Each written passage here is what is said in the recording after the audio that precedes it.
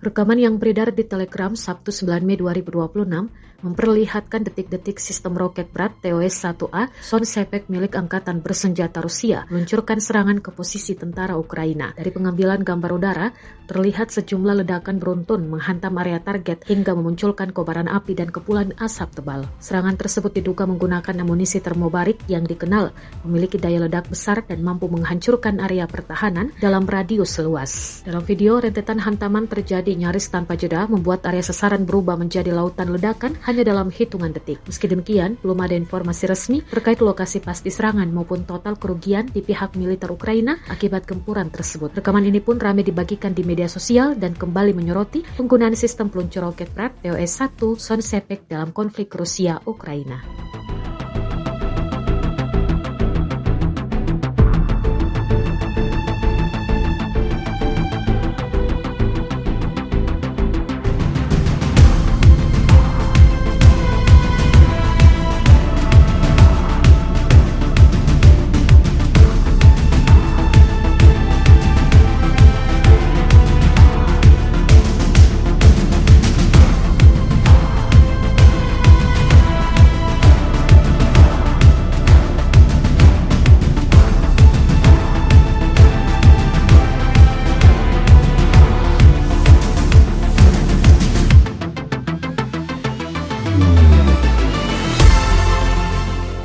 Download Tribun X sekarang, menghadirkan lokal menjadi Indonesia.